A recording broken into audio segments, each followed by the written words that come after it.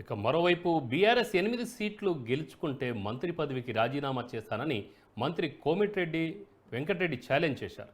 మాజీ CM Reddy counter ఇచ్చారు. ఎమ్మెల్యేల పేర్లు చెప్పాలని సవాల్ చేశారు. తాము 12 ఎంపీ సీట్లను గెలవబోతున్నామని కూడా ఆయన ధీమా వ్యక్తం చేశారు.